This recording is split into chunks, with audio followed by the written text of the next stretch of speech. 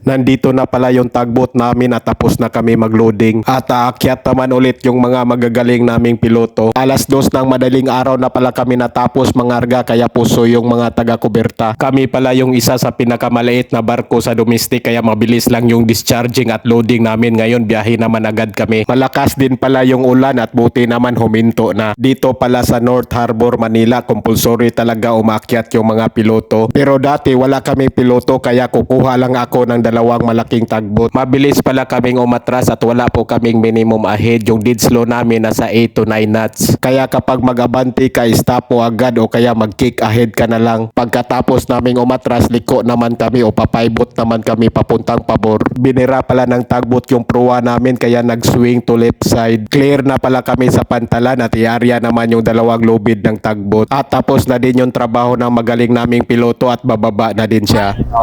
Ingat lagi sir, God bless sir. Thank you po for watching. Sharing is caring. Peace, ingat, God bless. Kikahid lang. Dito ay dyan. Oh, Dito ay. oh, dito